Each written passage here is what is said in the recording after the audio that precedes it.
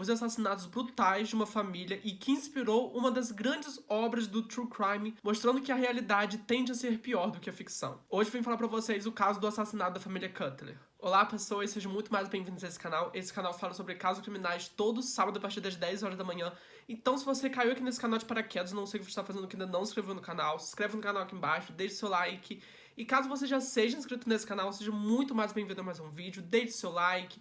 Comente também aqui embaixo para caso você queira que eu traga algum caso criminal que eu vou notar e tentar trazer o mais rápido possível. Mas antes de começar a falar sobre o caso, eu preciso pedir perdão por essa minha voz fanha, por esse meu nariz avermelhado, por esses olhos diminutos, porque eu estou meio gripado. E esse é o único dia que eu tenho para gravar vídeo, então eu já peço perdão, tá? De antemão. E caso também vocês escutam um zum, é porque tem marimbondo aqui. Eu tentei matar esse marimbondo antes de tudo começar, mas não deu, então ele vai ficar zanzando por aqui. Mas então, hoje eu vim falar pra vocês o caso dos assassinatos da família Cutler, que aconteceu em novembro de 1959, que era uma família conhecida por ter uma boa reputação na comunidade, por ser também bem rica, porém bastante humilde. E é claro que após esse crime, a comunidade em torno ficou muito abalada com tudo que aconteceu.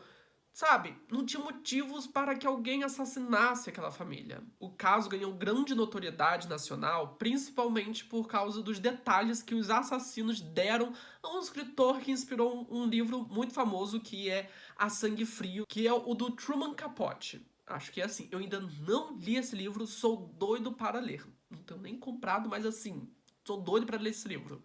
Mas então, chega de enrolação, chega de blá blá blá, sem mais delongas e simbora pro vídeo de hoje. Herbie Cutler era dono de uma fazenda em Hong Kong, no Kansas, e toda a família Cutler era conhecida na comunidade por ser uma família próspera, porém muito humilde com os demais, tanto também da fazenda, as pessoas que trabalhavam na fazenda, também como as pessoas da comunidade. As duas filhas mais velhas do casal não estavam na propriedade, já que elas tinham se casado e tinham se mudado, porém, junto com eles, junto com Herbie e sua esposa, também estavam os seus outros filhos, que eram Nancy, de 16, e Kenyon, de apenas 15 anos. A sua esposa, que se chamava Bonnie, também estava na casa e ela tinha sido diagnosticada anteriormente como tendo transtorno de depressão. Porém, há alguns relatos de que ela não mostrava estar muito triste, já que ela participava bastante da comunidade, ela gostava de sair de casa, ela era conhecida por ser uma pessoa muito feliz. Mas a gente sabe que depressão, né, muitas vezes não é demonstrada, muitas vezes as pessoas não veem. O Herbie, ele começou muito modesto, ele não veio de uma família muito grande, mas com o dinheiro que ele teve, ele fundou a sua empresa, que era a River Valley Farm. Uma empresa bem sucedida e bastante próspera no ramo da agricultura, tanto que ele tinha praticamente em seus campos vários pomares de frutas e também sobre trigo e soja. Ele empregou até 18 funcionários e ex-funcionários dessa empresa diziam que ele era bem generoso nos pagamentos, fora também que ele era um chefe, um patrão muito gente boa, tipo assim, bem ok mesmo. Mas então, por que aconteceu os assassinatos e como aconteceu?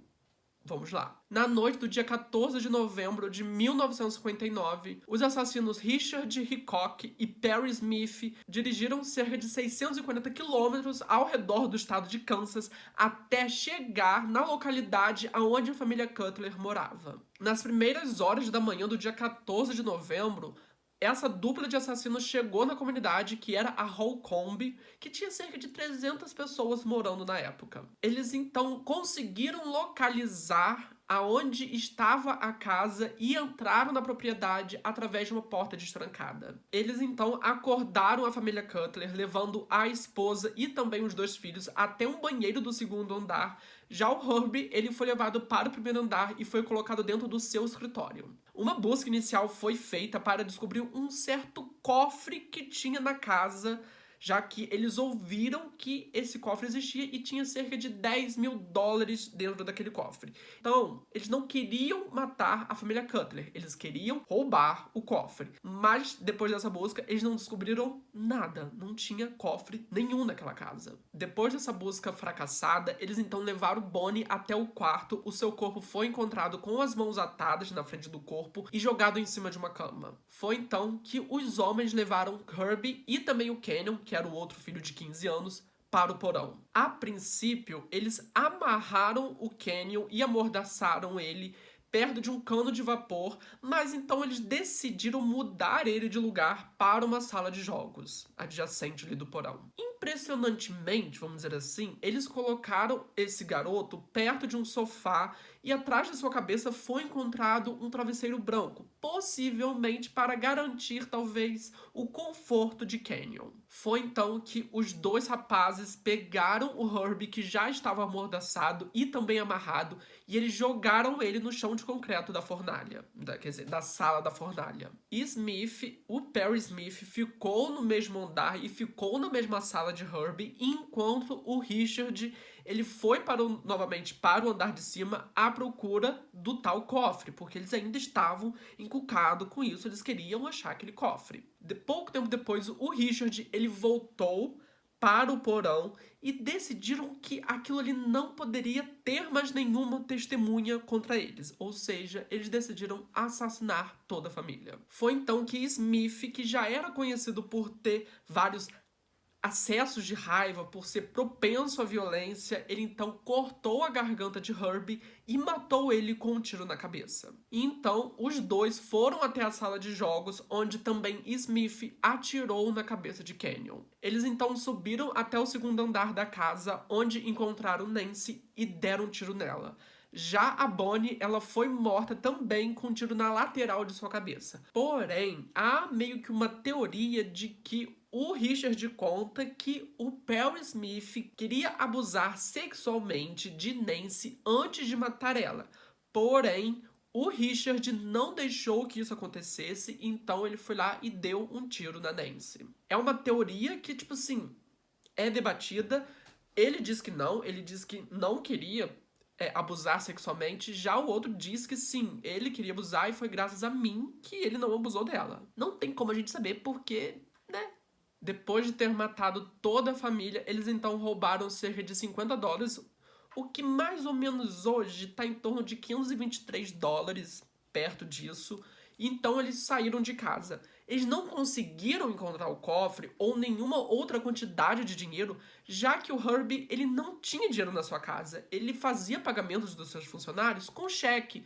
Ele tinha dinheiro na sua conta bancária. Inclusive, esses $50 que eles encontraram foi de uma retirada do cheque anterior, do dia anterior. Mas assim, vocês podem estar se perguntando como é que esses dois assassinos conheceram a família Cutler e como eles tiveram conhecimento desse tal cofre. Então agora eu vou falar pra vocês. Perry Edward Smith nasceu no dia 27 de outubro de 1928 na cidade de Huntington, em Nevada. Seus pais, Florence e John Smith, eles eram conhecidos por ser artistas de rodeio. E eles viviam assim, num estilo meio nômade, talvez. Mas logo assim que o Perry nasceu, eles se mudaram para uma outra cidade, também no Alasca, em 1929. Lá nessa cidade, para sobreviver, o pai de Perry começou a contrabandear o uísque. E fora também desse contrabando, provavelmente ele também estava tendo alguns problemas com alcoolismo, já que ele abusou de sua esposa muitas vezes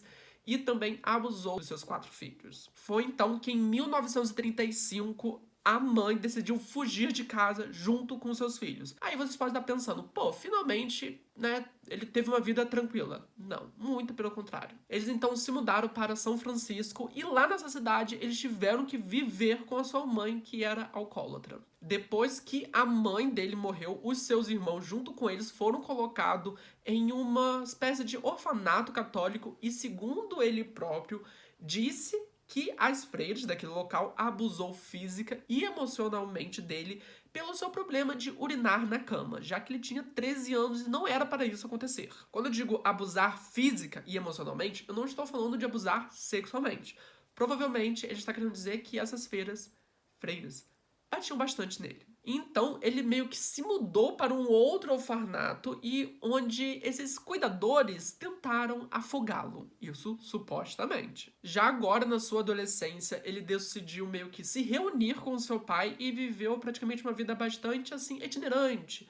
Ele saiu bastante, fora também que ele é conhecido por viver em vários lares de detenção juvenil, já que ele é conhecido por se enturmar com certas gangues de rua e ser preso por roubo, por exemplo. Foi então que o pai de Perry Smith se mudou para Cold Springs, onde ele viveu até os seus 92 anos, onde ele decidiu pôr um fim na sua vida se matando. 2 dos irmãos do Perry Smith cometeram suicídio ainda jovens, e a única irmã restante do Perry Smith meio que decidiu cortar qualquer relação com ele e não anunciar muita coisa sobre ela. Foi então que ele decidiu servir lá no exército, e apesar de sua conduta ser boa, dele ter trabalho físico, ele poder fazer trabalho físico, ele foi aposentado, então ele meio que decidiu viver com um amigo seu.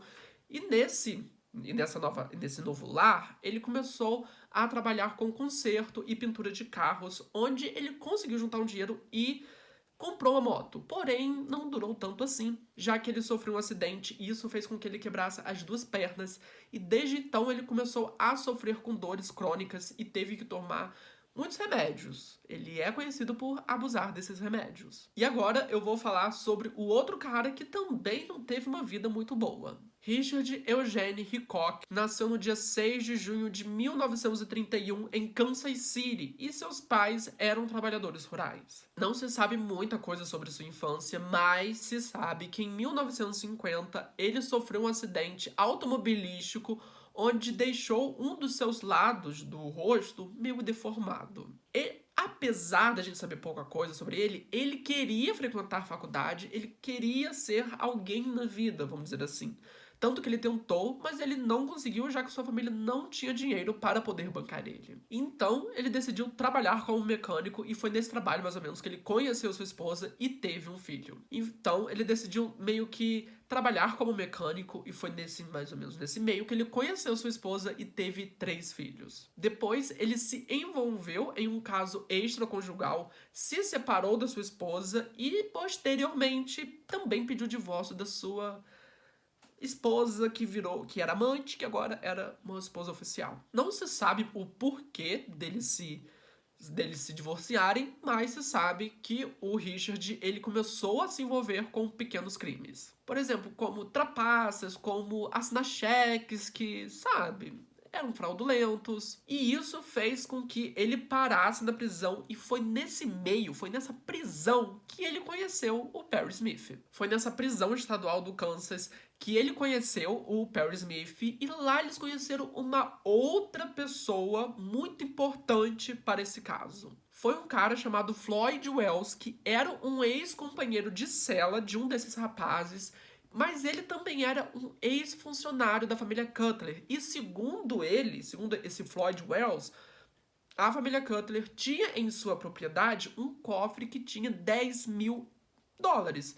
Ou seja, logo após a sua libertação, em 1959, os 2 rapazes decidiram seguir para o Kansas e roubar a família. Mas assim, agora voltando para o caso dos assassinatos, como é que foi a investigação desse caso? O assassinato só foi descoberto ainda naquela manhã, quando a amiga de Nancy foi lá até a sua casa para fazer qualquer coisa.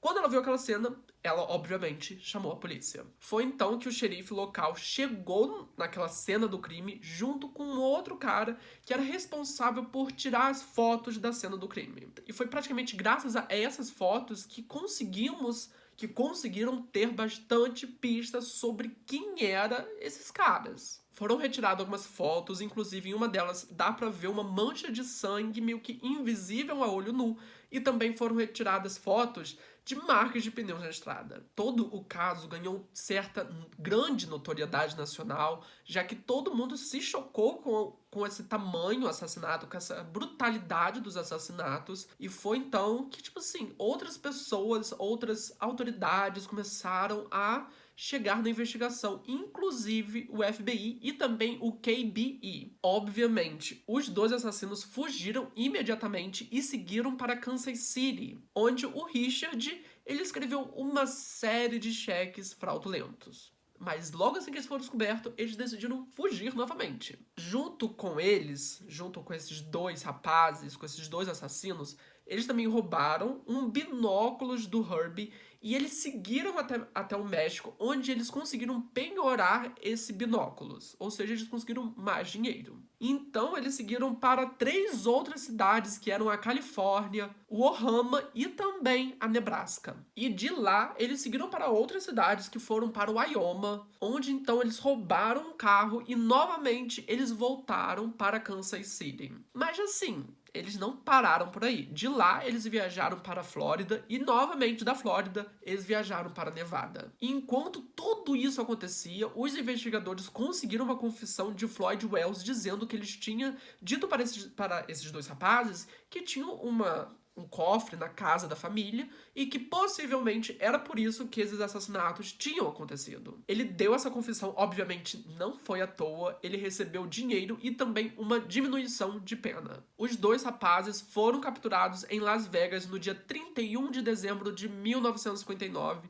cerca de 6 semanas depois dos assassinatos. Mas eles não foram pegos meio que pela polícia assim, investigando eles. Eles foram presos por causa de roubo de veículo. E lá eles tiveram que confessar tudo. Eles então foram levados até Garden City, onde foram julgados e sentenciados à morte. Porém, nos 5 anos seguintes, assim, aconteceu outras coisas, que foi o envolvimento do Truman Capote para poder escrever esse livro. O Truman Capote teve a ideia de escrever o livro A Sangue Frio. Não é que ele teve a ideia, ele se interessou pelo caso dessa família, ainda quando esses caras estavam fugindo. Ele então o Truman decidiu voar até Kansas, começar a entrevistar junto com outro escritor, também amigo dele, começou a entrevistar várias pessoas que eram amigas, que eram conhecidas, que eram próximas da família Cutler, e foi então que quando esses caras foram aprisionados, foram pegos,